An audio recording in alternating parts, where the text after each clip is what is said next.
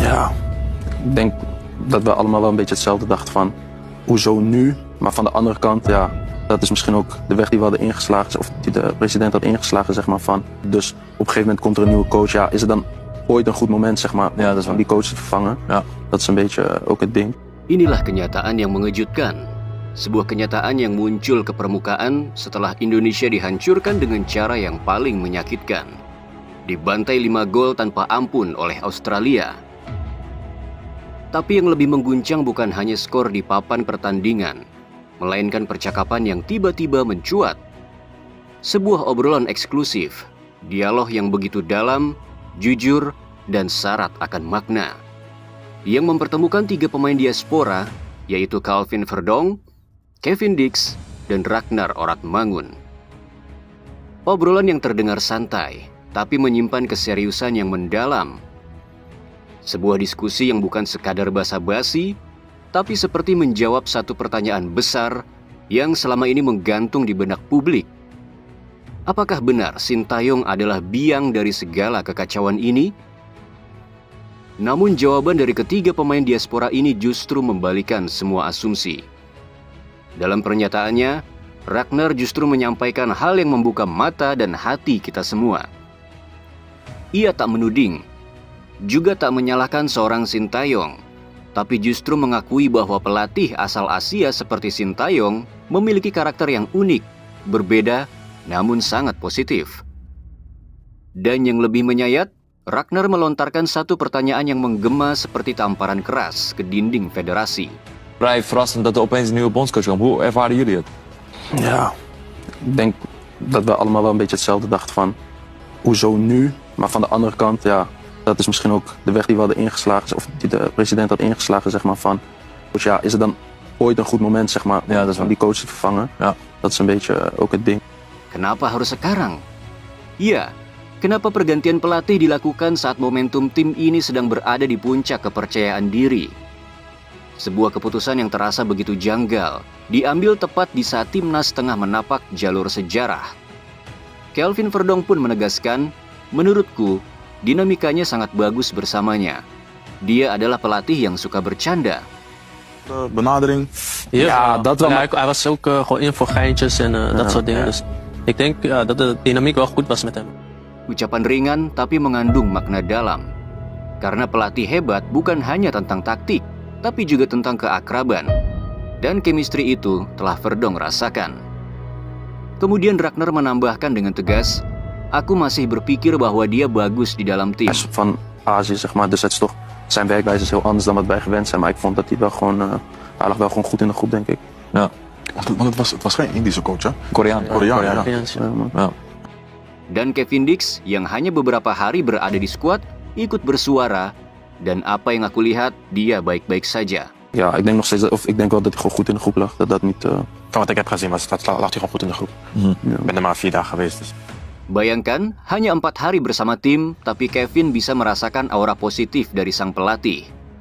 Sementara Verdong bahkan sering tertawa bersama Sintayong. Ik kon echt om hem lachen, man. Ja, hij kon Ja, echt echt lachen. lachen. Ja, man. Ja. Want hoe communiceerde hij bijvoorbeeld met jullie? Had hij een tolk? Twee Ja, hij spreekt alleen Koreaans en dan... Apakah itu gambaran dari tim yang penuh konflik? Apakah seperti ini bentuk wajah dari tim yang tidak harmonis? Lalu muncul pertanyaan paling tajam sekaligus paling sensitif. Dinamika seperti apa yang sebenarnya terjadi di balik pemecatan Sintayong? Apakah ini hanya alibi yang dikarang untuk membenarkan keputusan yang sudah dibuat? Alibi bahwa sang pelatih berkonflik dengan pemain diaspora, juga alibi bahwa komunikasi adalah penghalang besar? Padahal sampai hari ini, tak pernah sekalipun kita mendengar pengakuan langsung dari Tom Haye, Mes Hilgers, atau dari pemain lain bahwa ada konflik besar di dalam ruang ganti. Dan yang lebih ironis, keputusan mendadak ini datang setelah timnas menorehkan sejarah besar. Mengalahkan raksasa Timur Tengah Arab Saudi dengan skor telak 2-0. Sebuah kemenangan monumental yang seharusnya menjadi titik loncatan, tapi justru berubah menjadi titik belok penuh tanda tanya. Hari ini kita bertanya, apa sebenarnya yang terjadi? Dan kenapa pelatih yang membawa kita terbang justru dipaksa turun saat kita mulai menyentuh langit?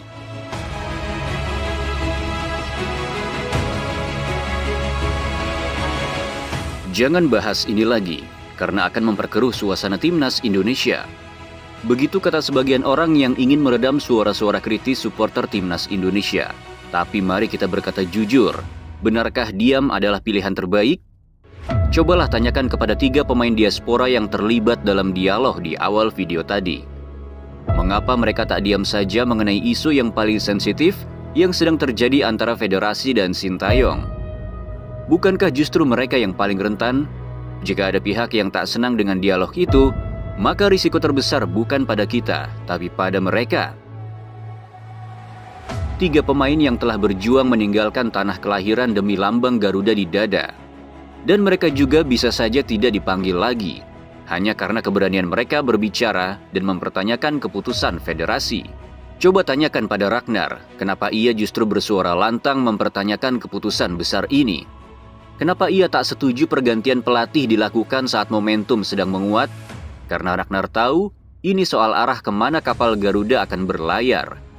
Tanyakan juga pada Verdong, kenapa ia tetap tertawa dan bersenda gurau dengan pelatih yang katanya arogan bahkan diktator. Mengapa Verdong justru merasa nyaman dengan sosok yang selama ini dicap pelatih yang tak bisa menerima kritik? Kalian tahu kenapa? Karena di ruang ganti, bahasa tak selamanya soal kata-kata, tapi juga tentang rasa kekeluargaan. Dan pelatih sebelumnya sungguh telah memberi rasa percaya yang besar pada pemainnya. Semua ini bukan sekadar nostalgia. Ini luka yang masih menganga di hati para supporter. Kita bukan takut kalah. Kita paham, Australia bukan tim kacangan. Mereka raksasa Asia. Mereka veteran Piala Dunia.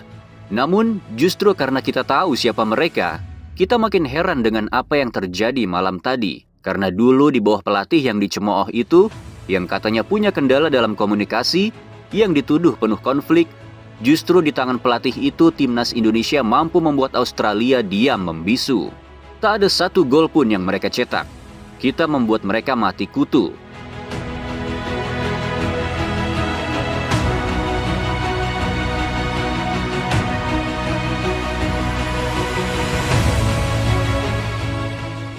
Tapi malam tadi, dengan pelatih baru yang katanya lebih modern, yang katanya lebih visioner, yang katanya total football, kitalah yang justru hancur lebur.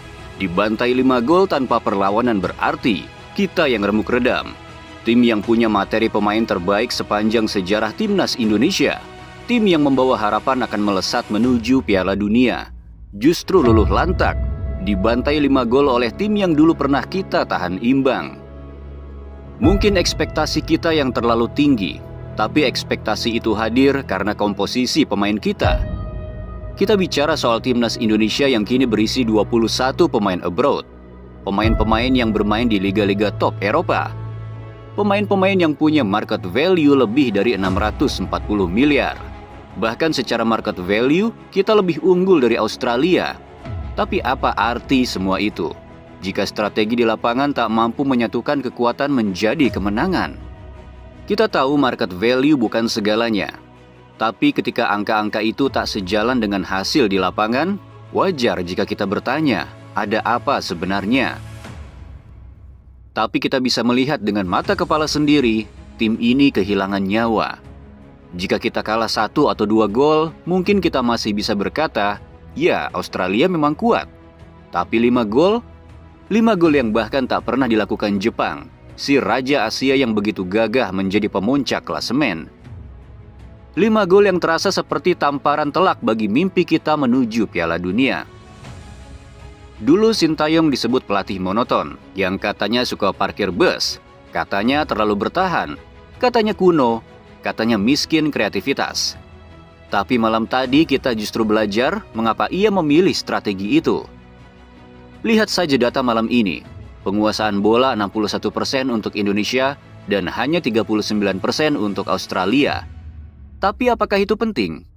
Kita bukan sedang bermain dansa indah di lapangan, kita sedang bertarung.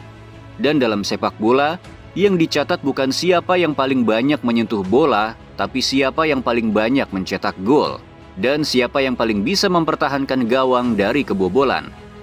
Itulah filosofi sederhana dari Sintayong. Filosofi yang dulu ditertawakan, tapi kini mulai kita rindukan.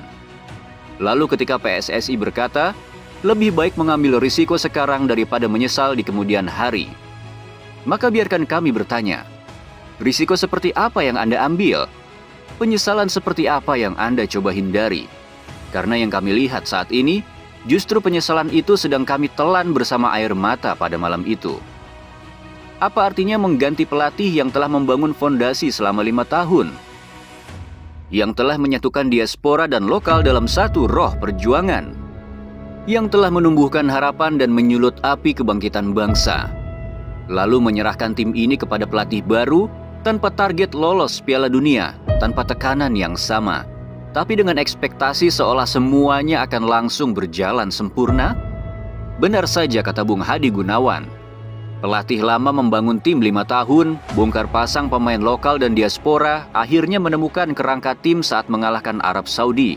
Tiba-tiba diganti dengan pelatih baru dan disuruh langsung kalahkan Australia. Ini gila.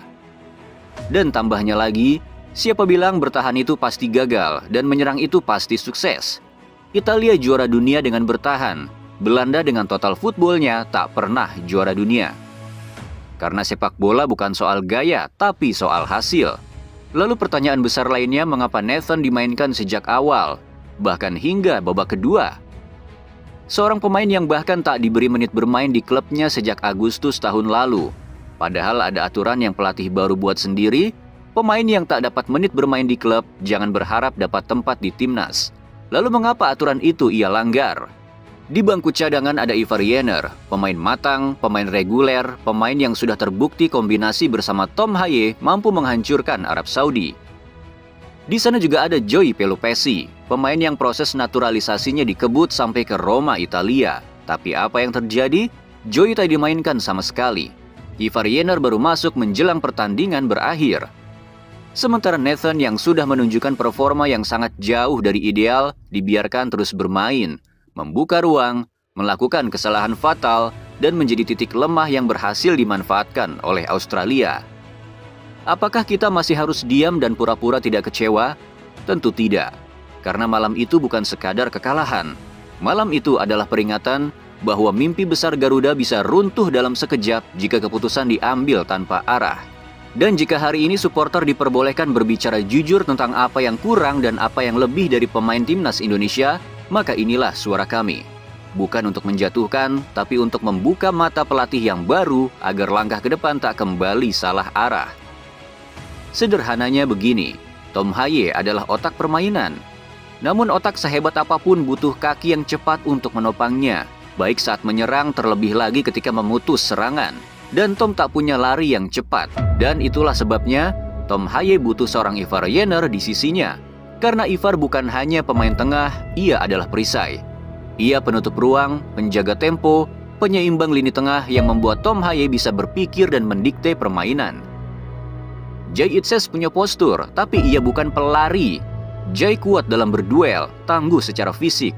Tapi dalam duel kecepatan, ia butuh pendamping seperti Rizky Ridho, yang selama ini jadi penyeimbang dalam skema bertahan. Dan jika kita bicara soal Mes Hilgers, yang selama ini bermain di FC Twente dengan skema 2 bek tengah, bukan 3 bek seperti yang dipaksakan malam itu. Ia asing dengan sistem ini, ia butuh waktu beradaptasi. Tapi sayangnya, waktu itu tidak ada. Lalu Kelvin Verdonk, pemain yang gemilang di NEC Nijmegen sebagai fullback kiri, juga begitu memukau bermain di posisi itu ketika era pelatih timnas sebelumnya. Namun malam itu ia dipaksa menjadi left center back. Sebuah posisi yang tak biasa, sebuah beban yang tak seharusnya ia tanggung. Dan hasilnya kita bisa melihat sendiri. Verdonk tak ikut menyerang karena sangat berisiko meninggalkan posisi LCB yang ia jaga. Jay Itzes pilar kuat bagi Venezia, yang selama ini bermain dengan pertahanan kompak dengan garis pertahanan yang rendah. Namun dipaksa bermain dengan garis pertahanan yang tinggi, sesuatu yang bahkan di klub maupun timnas sebelumnya tak pernah ia lakukan. Lalu kita bertanya, ini strategi atau eksperimen lagi? Ini laga kompetitif atau sekadar ajang coba-coba? Karena yang kita saksikan malam itu adalah pengorbanan sistem yang sudah dibangun dengan sangat baik di era sebelumnya, demi eksperimen yang sungguh tak matang. Para pemain dipaksa bermain di luar kebiasaannya, dipaksa bertarung dengan formasi yang tak pernah mereka kenal, dengan gaya yang bukan identitas mereka. Dan kita semua tahu, di sepak bola modern, kesalahan semacam ini adalah dosa besar. Dan dosa itu dibayar mahal, bukan hanya dengan kekalahan, bukan hanya dengan hilangnya 3 poin, tapi dengan rasa malu yang mencabik harga diri supporter Garuda. Karena sebelum laga ini, kita supporter timnas Indonesia sudah memulai pertempuran lebih dulu. Kami berperang di medan Cywar. Kami mengguncang media sosial mereka, menebalkan ancaman dan ketakutan jika kita adalah tim kuat yang seharusnya mereka perhitungkan. Supporter berdiri sebagai bangsa yang siap menantang siapapun di tribun. Tak peduli walau jumlahnya kalah jauh dari supporter tuan rumah. Namun semua itu hancur dalam 5 gol yang menyayat hati kami. 5 gol yang bukan hanya mengoyak gawang, tapi mengoyak harapan. Harapan yang telah supporter lewati dengan air mata, doa, dan pengorbanan. Dan malam itu, yang tersisa hanya tatapan kosong para pemain, yang tertunduk di tengah lapangan luas di tengah teriakan para pendukung tuan rumah. Namun bukan mereka yang harus menanggung semua beban ini sendiri. Karena bukan mereka yang memilih sistem ini. Bukan mereka yang memaksakan taktik yang tak sesuai dengan karakter mereka. Kita memang kalah, tapi kekalahan ini bukan hanya tentang skor. Ini adalah peringatan bahwa jika arah kapal ini terus dipaksakan melawan arus, maka yang tenggelam bukan hanya 1-2 orang, tapi seluruh armada Garuda yang sedang terbang tinggi menuju mimpi besar Piala Dunia 2026. Dan hari ini kami hanya ingin bertanya dengan suara yang paling jujur. Apakah ini harga yang harus kita bayar atas sebuah keputusan yang terlalu diburu-buru? Apakah ini bentuk dari ambil risiko sekarang daripada menyesal nanti? Karena yang kami lihat malam ini justru penyesalan itu datang lebih cepat dari yang pernah dibayangkan. Tanyakan pada kami para supporter, kami tak butuh sepak bola yang mewah jika akhirnya rapuh. Kami tak minta sepak bola yang cantik jika akhirnya mudah hancur. Kami hanya ingin sepak bola yang bisa membuat kami berdiri tegak dengan kepala tinggi apapun hasil akhirnya. Karena cinta kami kepada timnas ini bukan karena kemenangan semata, tapi karena harapan kami telah dititipkan pada lambang Garuda di dada mereka. Dan jika malam ini adalah ujian, maka biarlah sejarah yang mencatatnya. Bahwa supporter Garuda tidak pernah diam saat Garuda hampir jatuh. Kami akan terus bersuara. Kami akan terus berdiri. Dan kami akan terus mengawal Garuda hingga ia kembali terbang tinggi. Bukan karena eksperimen, tapi karena keyakinan dan filosofi yang benar-benar hidup di dalam setiap detak jantung para pemainnya. Sampai kapanpun, Garuda tak akan pernah sendiri.